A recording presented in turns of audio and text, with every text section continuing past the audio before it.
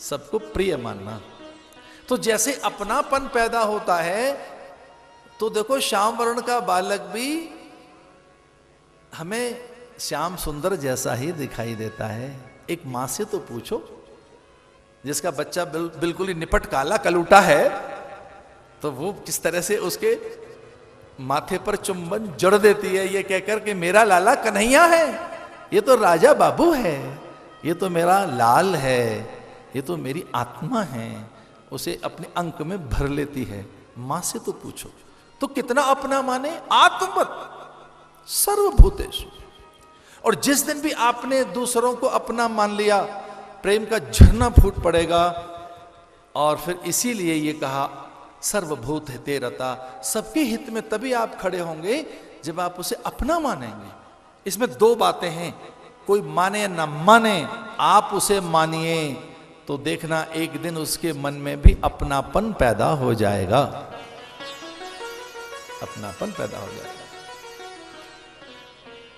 ये शत्रुओं को रिझाने का अचूक उपाय है, अचूक उपाय। अपने मन में शत्रुता मत रखो। तो प्रिय व्रत ने ऐसा व्रत लिया, उत्तम कोटि की संतानें उनकी हुई, उत्तम, तामस, रैवत, निमि, और उन्हीं से भगवान ऋषभदेव।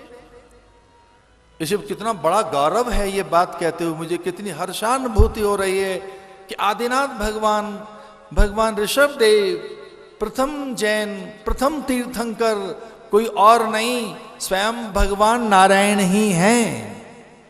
उनके ही अवतार हैं वो ऋषभदेव, भगवान ही आ गए। 24 अवतारों में से एक अवतार ऋषभदेव हैं। 24 अवतारों में से एक अवतार बुद्ध भी हैं।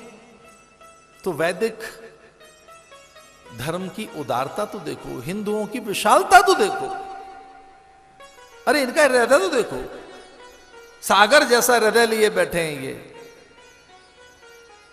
झरने जैसा नहीं, सागर जैसे बनो। और सागर का अर्थ है सब मान्य हैं, सारी नदियां वहां अपना सब कुछ सौंप रही हैं। सागर जैसा हृदय। तो भगवान ऋषभदेव का आगमन हुआ।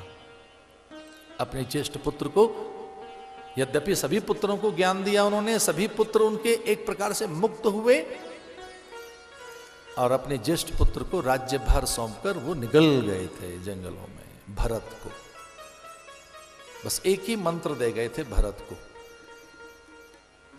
कि अपने पुत्र से भी अधिक प्रेम अपनी प्रजा से करना, अपने से भी अधिक प्रेम अपनी प्रजा से करना। अपने से अधिक प्रेम अगर प्रजा से होगा तो अधिक कर नहीं लगाओगे, टैक्स नहीं लगाओगे, दंडित नहीं करोगे, उसके सुख में, उसके दुख में दुखी हो जाओगे, उसके अभाव के लिए अपने कोष खोल देंगे आप। इसलिए प्रजा के प्रति हम तो मौज मस्ती में हैं, लेकिन हमारे परिकर, पार्षद, सेवक, सचिव, हमारा चालक, हमारा जो और लोग हैं हमारे, तो ये जरा महात्माओं के यहां देखिए, कभी साधुओं के पास आकर देखो, उनके भंडारे में जो भोजन बना है वो सबके लिए एक जैसा है। मुखिया मुख सो चाहिए, खान पान महु एक, पालई पोषई सकल अंग, तुलसी सहित विवेक। मुखिया मुख सो चाहिए, खान पान महु एक। आप परिवार के हेड हैं, मुखिया हैं, तो आपके थाल में जो आया है वो अंतिम व्यक्ति तक भी जाना चाहिए। आपके थाल में तो बहुत सी चीजें हैं, और दूसरा केवल सत्तू पी के रहे, चोखा लिट्टी, खाली पोहा, नो, जो थाल में वो वहां भी जाना चाहिए। मुखिया मुख सो चाहिए, खान पान महु एक, पालई पोषई सकल अंग, तुलसी सहित विवेक। और ये बहुत कम लोगों को बताना, सबको ऐसी महंगी बातें मत बता देना। अगर घर में लक्ष्मी को सदा के लिए रखना है और डेरा जमा के बैठ जाए वो सदा के लिए, तो इतना ही करना। आपकी थाली में जो है वो आपके सचिव, सेवक और नौकर की थाली में भी होना चाहिए, तो लक्ष्मी जी जम जाएंगे, फिर नहीं हिलेंगे वो। आपको ठंड लग रही है तो ये यात्री को भी तो ठंड लग रही होगी, कंबल बांटिए, औषधियां दीजिए, उनके आहार की व्यवस्था करो। उस दृष्टि से इस कथा का यजमान कुछ ऐसा ही है, इसलिए यह भी एक अच्छी बात है। मुखिया मुख सो चाहिए, खान पान मोह एक। तो जब अपना मानोगे प्रजा को, तो देखिए उसके दर्द में रहेंगे। मैं पंडित दीनदयाल उपाध्याय को यहां से याद करना चाहूंगा, क्योंकि उनका जन्म शताब्दी वर्ष है और संयोग से उस जन्म शताब्दी वर्ष में कुछ लोगों को एकीकृत किया गया, विद्वानों को, मनीषियों को, विचारकों को। तो और वो ये चर्चा भी कर रहे हैं उपनिषदों का चिंतन पंडित दीनदयाल उपाध्याय का।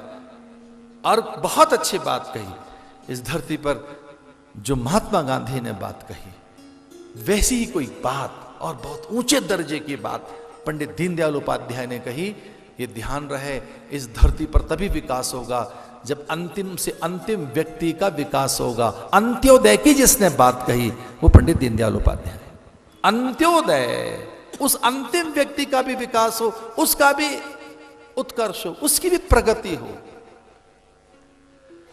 यही बात सतयुग में, उस काल में भगवान ऋषभ देव ने अपने पुत्र से कही थी, आत्मवत् सर्वभूतेषु। प्रजा को अपने जैसा मानना, प्रजा से ज्यादा कर मत लेना। अच्छा, राजा और सन्यासी एक जैसे होते हैं। राजा कितना कर ले प्रजा से, जैसे मधुमक्खी लेती है। मधुमक्खी शहद कितना लेती है फूल से, फूल को पता ही नहीं। न वो उच्छिष्ट अनुभव करता, न अधूरा अनुभव करता, न ठगा हुआ अनुभव करता, न छला हुआ अनुभव करता। फिर भी शहद निकाल के ले गई मधुमक्खी उसमें से। फूल कहाँ ठगा हुआ है, कहाँ छला हुआ है, अधूरा कहाँ है, अपूर्ण कहाँ है, उच्छिष्ट कहाँ है, अपवित्र कहाँ है। जिसमें से शहद निकल गया वो अपवित्र है क्या? पुष्प। फिर भी वो भगवान के माथे पे चढ़ रहा है। किस यतन से उसने निकाला है शहद? उतनी यतन से भैया कर लेना सीखें अगर राजा, तो इस धरती पर आनंद ही आनंद छा जाएगा। जब राम आए वन से लौटकर, तो राम इतने कठोर होंगे भरत जानता भी नहीं था। इतने कठोर होंगे राम। राम ने रात में ही पूछ लिया भरत से, भरत सब ठीक है? हाँ, मुझे कोश बताइए कैसा है।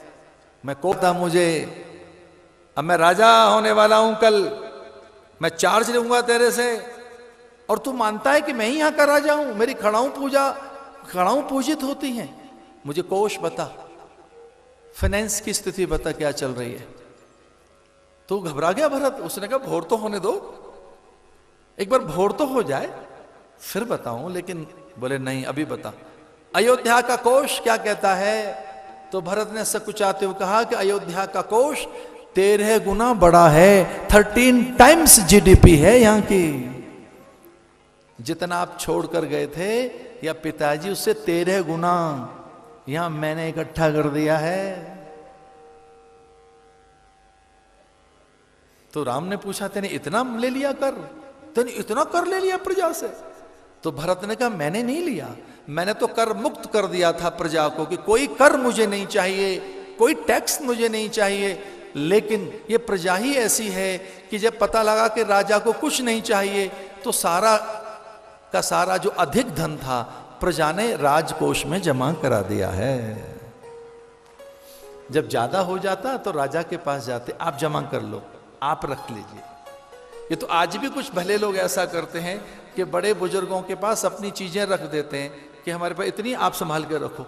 अपने विश्वस्त लोगों के पास रख देते हैं, जिनके पास बहुत फेथ है, भाई हमारे पास ज्यादा चीजें इन्हें संभाल के रख दो, ये भगवान की वस्तुएं, इनसे उत्सव होंगे, धर्म होगा, भंडारे चलेंगे, अथवा इनसे कोई भगवदीय कार्य की सिद्धि होगी, तो हमारी चीज संभाल के रखो। ये तो आज भी ऐसा होता है। भरोसे के साथ प्रजा ने मुझे दिया है, क्योंकि मैंने कर नहीं लिया है। तो कोई ये कहे दैहिक दैविक भौतिक तापा, राम राज काहू नहीं व्यापा, नहीं काहू व्यापा, इसका अर्थ यह है कि भरत ने कर ही नहीं लिया अपने आप। तो भरत ने इस तरह से राज्य किया, तो नाम पड़ गया भारत। इस देश का नाम भारत हो गया। सूंघने के लिए नहीं है। मैं बहुत संकोच में एक बात कह रहा हूं, मैं नहीं जानता कि आपको कितनी बुरी लग जाएगी। फूल लेके सूंघ रहे हैं कई लोग हठीले। अरे लाला तेरे लिए फूल नहीं बना है ये, तो दूल्हा है जो तेरे लिए फूल बना है। हाँ, दूल्हे को पहनाया जा सकता है हार। शास्त्र कहता है उत्सव मूर्ति को पुष्प दिए जा सकते हैं। आप उत्सव मूर्ति हैं तो पुष्प आपके लिए। आप उत्सव मूर्ति हैं, आज आप दूल्हे हैं, आप फूल माला पहना देते हैं आपको। अगर आप दूल्हा हैं अथवा उत्सव मूर्ति हैं, आपका कोई उत्सव में आज आप प्रमुख हैं तो फिर पुष्प हैं आपके लिए। लेकिन उत्सव मूर्ति हैं और उत्सव मूर्ति केवल नारायण है, तो याद रखो फूल केवल भगवान के लिए बनाए और किसी के लिए नहीं बना। फूल किसके लिए बनाए? भगवान के लिए, क्योंकि उसमें लक्ष्मी जी हैं। लक्ष्मी जी का वर्णन करोगे, अपने गले में लक्ष्मी को लटकाओगे। इतने संवेदनशील साधु। इसलिए कई बार फूल माला मेरे निकट तो आती है, पर मैं मानता हूं मेरे लिए नहीं है, मेरे भीतर बैठे दत्त भगवान के लिए माला है। मुझ में बैठे नारायण के लिए है, मुझ में बैठे मेरे उत्सव के लिए है। इसे संकोच करो, झिझक रखो, इतनी संवेदनशीलता रखो फूल के लिए, सम्मान के लिए, दूसरे के आदर के लिए। ऐसे थे महात्मा भारत। गंडक की नदी में से निकाल लिया उसको, बालक को, मृगबाल को। और ये कुछ साधुओं से पूछो कि भाई ये आप में कोई एक कैसी निरंतर व्याकुलता रहती है, आप में कोई व्याकुलता रहती है तो वो क्या रहती है? तो साधु कहेगा मुझ में एक ही व्याकुलता है, जैसा मैं हूं वैसे ही दूसरे बन जाएं, वैसे ही सरल हो जाएं, सहज हो जाएं। क्योंकि जब नारद जाते हैं भगवान के पास में, तो लक्ष्मी जी को और भगवान को अच्छा नहीं लगता कि नारद अच्छा भला गया था, मुस्कुराते हुए गया था, अब ये और ये बड़ा कष्ट में लौटा है, पीड़ा में लौटा है, इसके मुखमंडल पर चिंताएं। तो जब भी नारद भगवान के यहां आए हैं, तब भगवान ने पूछा, अरे नारद क्या हुआ? आप बड़े कष्ट में हैं, आप बड़े दुख में हैं, बड़े उदास दिखते हैं, बड़े चिंता में दिखते हैं। और चूंकि साधु को तो कोई चिंता होती नहीं, साधु कभी चिंतित नहीं होता, कभी उदास नहीं होता। इसका अर्थ है कि ये किसी की उधार चिंता लेकर आए हैं, तो क्या मृत्यु लोक से होकर आए हो? और तब नारद जी कहते हैं, हमारा आपने ठीक कह दिया, मैं सारे लोकों का भ्रमण करते हुए रुद्रलोक में, पितृलोक में, गंधर्व लोक में, किन्नर लोक में, सभी लोकों का, 14 भुवनों का भ्रमण करते हुए, हे भगवान, मैं इंद्र के यहाँ से जैसे निकला, फिर मैं रुद्रलोक में गया, फिर मैं पितृलोक में गया, अपने पिता ब्रह्मा जी को प्रणाम किया, और न जाने अचानक मेरा मन कराया कि मैं मृत्यु लोक में भी चला जाऊं।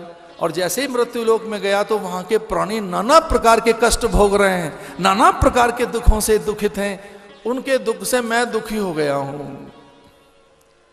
तो फिर यहां क्या करने आए हो? बोले महाराज मैं ये पूछने आया था कि उनके दुख निवृत्ति का, आत्यंतिक दुख निवृत्ति का, उनके कष्ट की निवृत्ति का उपाय क्या है? तो भगवान कहते हैं कि जाइए नीचे उपाय बताया हो सबको। उपाय क्या है भगवान? बोले सत्यनारायण व्रत कथा ही उपाय है। कि ये क्या है? बोले सत्य का आचरण करें, सत्य व्रत को धारण करें, सत्य को अंगीकार करें, सत्यान्वेषी बने, सत्य आचरण करें। जब वो सच में रहेंगे तो कभी कष्ट नहीं होगा। मनुष्य के पास में कष्ट तभी आता है जब वो मिथ्या आचरण करता है, जब वो सच को और धर्म को त्याग देता है, तभी उसके जीवन में कष्ट आते हैं। इसलिए नारद वहां जाओ और बताओ।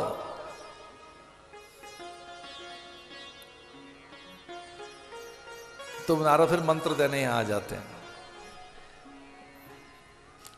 तो भरत नाम के महात्मा के मन में भी आ गया कि इसको मंत्र दे दिया जाए। उसको नारायण मंत्र दे दिया। बोलिए नारायण नारायण नारायण। अगर खाली नारायण नारायण को आप गाएं तो ये नारायण में निहित नाद आपको समाधि दे देगा। केवल नारायण नारायण नारायण नारायण नारायण नारायण करते रहे आप। बोलिए नारायण ओम नमो नारायण ओम नमो नारायण। रस लेते हुए, चुटकी बजाते हुए, थोड़ा ठमकते हुए, थोड़ा नाचते हुए, हल्का सा गरबा के मूड में, थोड़ा स्टेप के साथ, डिफरेंट स्टेप के साथ ओम नमो नारायणाय। नारायणाय। ओम नमो नारायण। ओम नमो ये मंत्र दे दिया, ओम नमो नारायण। ओम नमो नारायण। ओम नमो नारायणाय। ओम नमो नारायणाय। ओम नमो नारायणाय। ओम नमो नारायणाय। ओम नमो नारायणाय। ओम नमो नारायण। ओम नमो नारायणाय। ओम नमो नारायणाय। ओम नमो नारायणाय। ओम नमो नारायणाय। ओम नमो नारायणाय। ओम नमो नारायणाय।